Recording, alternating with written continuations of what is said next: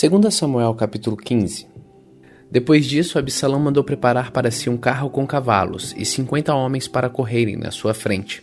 Ele se levantou cedo e ficava no portão da cidade, onde a estrada terminava. Quando alguma pessoa chegava ali com algum caso para o rei Davi resolver, Absalão a chamava e perguntava de onde era. E quando a pessoa respondia, Senhor, eu sou da tal tribo de Israel, Absalão dizia, olhe, a lei está do seu lado, mas não há um representante do rei para ouvir o seu caso. Absalão também dizia, se eu fosse o juiz aqui, então qualquer pessoa que tivesse uma questão ou um pedido poderia me procurar e eu faria justiça. Quando alguém chegava perto de Absalão para se curvar diante dele, ele o segurava, abraçava e beijava. Absalão fazia isso com todos os israelitas que iam pedir ao rei Davi que fizesse justiça, e assim ele conquistava o coração do povo de Israel. 4 anos depois, Absalão disse ao rei Davi, deixe-me ir à cidade de Hebrom para pagar uma promessa que fiz a Deus, o Senhor. Enquanto estava morando em Gesur, na Síria, eu prometi que se o Senhor me trouxesse de volta a Jerusalém, eu o adoraria em Hebrom. Vá em paz, disse o rei. Aí Absalão foi a Hebrom, mas enviou mensageiros a todas as tribos de Israel para dizerem o seguinte, quando vocês ouvirem o toque de cornetas, digam, Absalão se tornou rei em Hebrom. 200 homens saíram de Jerusalém com Absalão, como convidados. Eles não sabiam nada daquele plano e foram com toda boa fé. Enquanto estavam oferecendo sacrifícios, Absalão também mandou chamar Aitofel, da cidade de Gilo. Aitofel era um dos conselheiros de Davi. Assim, a revolta contra o rei ficou mais forte, e os seguidores de Absalão aumentaram. Então veio um mensageiro e contou a Davi que os israelitas haviam passado para o lado de Absalão. Aí Davi disse a todos os seus oficiais que estavam com ele em Jerusalém, se queremos escapar de Absalão, temos de fugir logo. Vamos depressa, senão ele vai nos alcançar aqui, vai nos vencer e matar todos que estiverem na cidade. Sim, nós os seus servidores, estamos prontos para fazer tudo o que o Senhor disser, responderam eles. Aí o rei saiu, acompanhado por toda a sua família e pelos seus funcionários. Deixou somente 10 concubinas para cuidarem do palácio. Quando o rei e todo o seu povo estavam saindo da cidade, pararam na última casa. Todos os funcionários ficaram de pé diante do rei, enquanto os queritas e os peletitas desfilaram em frente dele. Os 600 soldados que o haviam seguido desde a cidade de Gate também passaram diante dele. Então Davi disse a Itai, o líder deles, por que é que vocês estão indo com a gente? Volte e fique com o novo rei. Você é um estrangeiro, um refugiado que está longe da sua pátria. Você só viveu aqui pouco tempo. Então por que eu faria você seguir comigo? Eu não sei para onde vou. Volte e leve seus companheiros, e que o amor e a fidelidade do Senhor estejam com você. Porém Itai respondeu, ó rei, eu juro em nome do Senhor, o Deus vivo, que irei sempre com o Senhor aonde quer que for, ainda que eu morra por causa disso. Muito bem, respondeu Davi, então passe adiante. Itai foi em frente com todos seus homens e os seus dependentes. Enquanto os seguidores de Davi saíam, o povo chorava alto. O rei atravessou o riacho de Cedron, e todos seus homens também, e foram na direção do deserto. Zadok, o sacerdote, estava com eles, e também os levitas, carregando a arca sagrada da aliança. Os levitas colocaram a arca no chão, até que todo o povo acabou de sair da cidade. Abiatar também estava ali.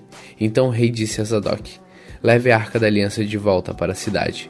Se o Senhor está satisfeito comigo, um dia ele me deixará voltar, para ver a arca e a casa onde ele fica. Mas se ele não está satisfeito, que faça comigo o que quiser.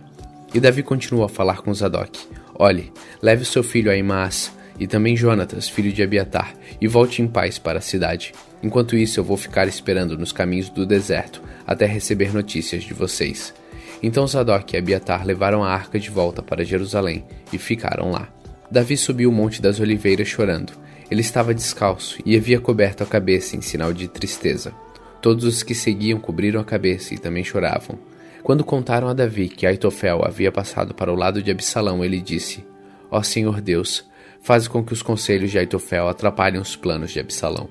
Quando Davi chegou ao alto do monte onde havia um lugar de adoração, o seu fiel amigo Usai, da família dos Arquitas, foi encontrar-se com ele ali. Usai estava com as roupas rasgadas e tinha posto terra na cabeça em sinal de tristeza. Davi lhe disse, não venha comigo, pois isso não me ajudará. Mas você poderá me ajudar, fazendo com que os conselhos de Aitofel fiquem sem efeito. Quando voltar à cidade, diga a Absalão, ó rei, eu agora vou servir o Senhor como servia o seu pai.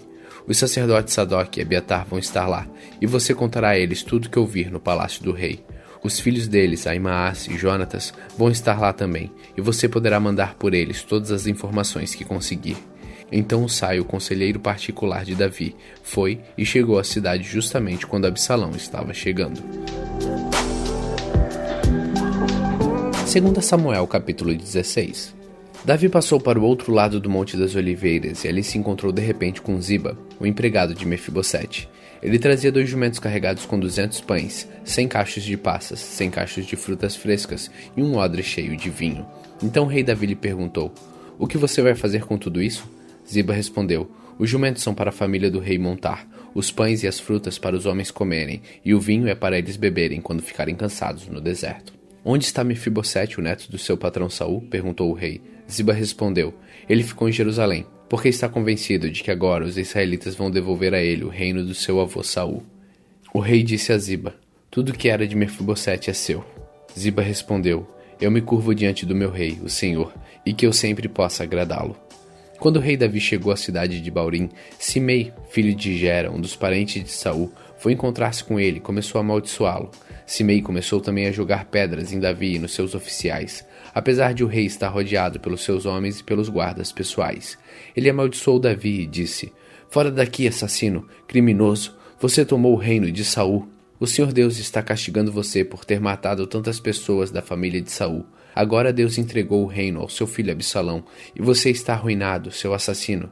Então Abissai, cuja mãe era Zeruia, disse ao rei: "Por que o Senhor permite que este cachorro morto o amaldiçoe? Deixe que eu vá lá e corte a cabeça dele." "Vocês, filho de Zeruia, não tem nada a ver com isso," respondeu o rei a Abissai ao seu irmão Joabe. "Se foi o Senhor Deus quem mandou que este homem me amaldiçoasse, quem tem o direito de perguntar por que ele está fazendo isso?" E Davi disse a Abissai e a todos seus oficiais: "Se o meu próprio filho está tentando me matar, por que eu ficaria admirado se este membro da tribo de Benjamim quisesse fazer o mesmo? Deixe esse homem em paz. Deixem que ele amaldiçoe, porque foi o Senhor quem o mandou fazer isso. Pode ser que o Senhor olhe para minha aflição e me dê algumas bênçãos em lugar dessas maldições." Então Davi e os seus homens continuaram seu caminho. Simei também ia ao lado, caminhando pelo monte, amaldiçoando e jogando pedras e terras em Davi. O rei e todos seus homens chegaram muito cansados ao rio Jordão e descansaram ali. Absalão e todos os israelitas entraram em Jerusalém, e Aitofel estava com eles. Quando Husai, o conselheiro particular de Davi, encontrou Absalão, gritou: "Viva o rei! Viva o rei!" E Absalão perguntou: "Onde está a sua fidelidade ao seu amigo? Por que você não foi com ele?" Husai respondeu: "Como é que eu poderia fazer isso? Eu sou a favor daquele que foi escolhido por Deus, o Senhor, por este povo e por todos os israelitas. Eu ficarei com o Senhor. Afinal de contas, quem eu deveria servir, a não ser o filho do meu chefe? Assim como servir o seu pai, agora o servirei." Aí Absalão disse a Aitofel: "Eu quero o seu conselho. O que devemos fazer?" Aitofel respondeu: "Tenha relações com as concubinas do seu pai, aquelas que ele deixou cuidando do palácio. Assim todos em Israel ficarão sabendo que você se tornou inimigo do seu pai, e os seus seguidores ficarão bem animados." Então armaram uma barraca para Absalão no terraço do palácio, e ali, na frente de todos, ele teve relações com as concubinas do seu pai. Naquela época, os conselhos que Aitofel dava eram seguidos como se fossem a própria palavra de Deus. Tanto Davi como Absalão os seguiam.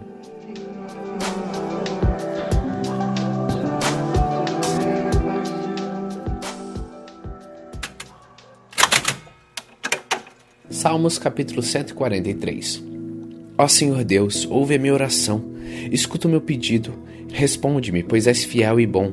Não julgues a mim, este teu servo, pois ninguém é inocente diante de ti. O meu inimigo me perseguiu, até me pegar e me derrotou completamente. Ele me pôs numa prisão escura. Eu sou como aqueles que morreram há muito tempo. Por isso estou quase desistindo e o desespero despedaça o meu coração.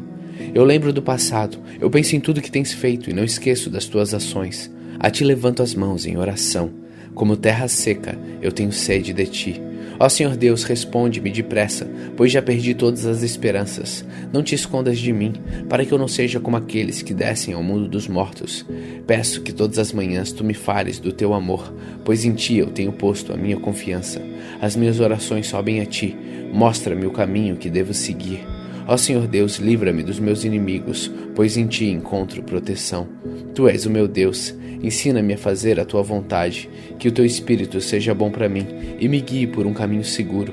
Conserva-me vivo, ó Senhor, como prometestes, e porque és bom, Livra-me das minhas aflições. Mata os meus inimigos, pois tens amor por mim. Acaba com todos os que me perseguem, pois eu sou teu servo.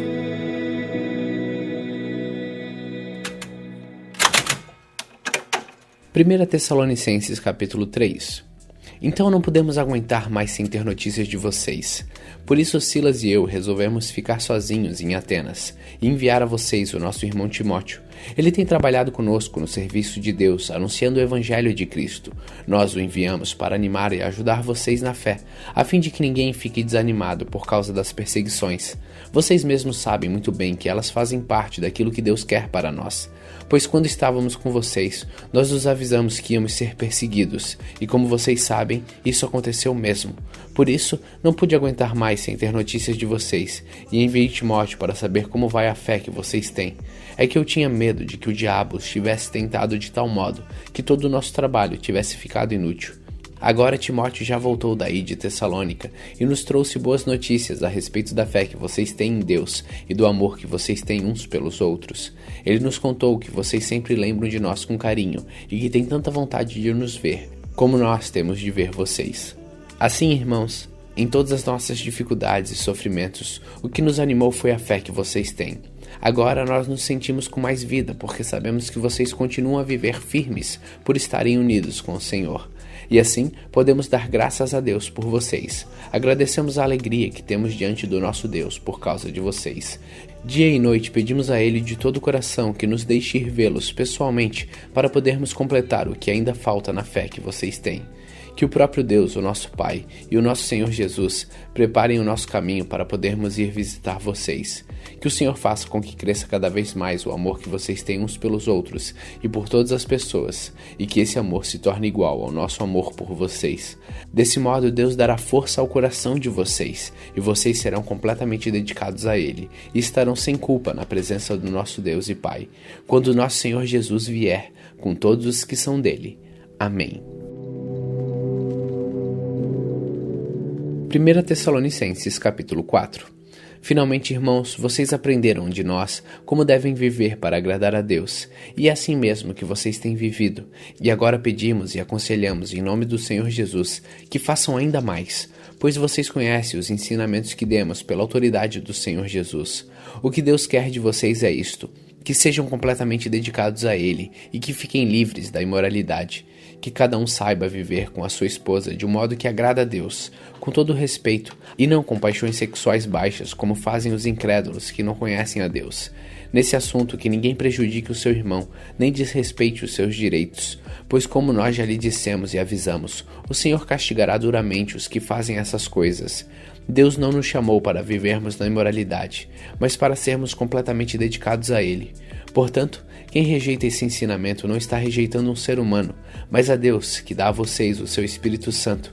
Não há necessidade de lhes escrever a respeito do amor pelos irmãos na fé, pois o próprio Deus lhe ensinou que vocês devem amar uns aos outros, pois é esse amor que vocês têm mostrado a todos os irmãos que vivem em toda a província da Macedônia. Portanto, meus irmãos, pedimos que façam ainda mais. Procurem viver em paz, tratem dos seus próprios assuntos e vivam do seu próprio trabalho, como já dissemos antes. Assim, aqueles que não são cristãos os respeitarão, e vocês não precisarão viver às custas de ninguém. Irmãos, queremos que vocês saibam a verdade a respeito dos que já morreram, para que não fiquem tristes como ficam aqueles que não têm esperança. Nós cremos que Jesus morreu e ressuscitou, e assim cremos também que depois que Jesus vier, Deus os levará de volta e junto com ele, levará os que morreram crendo nele. De acordo com os ensinamentos do Senhor, afirmamos a vocês o seguinte: nós, os que estivermos vivos no dia da vinda do Senhor, não iremos antes daqueles que já morreram, porque haverá o grito de comando, e a voz do arcanjo, e o som da trombeta de Deus, e então o próprio Senhor descerá do céu. Aqueles que morreram crendo em Cristo ressuscitarão primeiro. Então nós, os que estivermos vivos, seremos levados nas nuvens, junto com eles, para nos encontrarmos com o Senhor no ar. E assim ficaremos para sempre com o Senhor.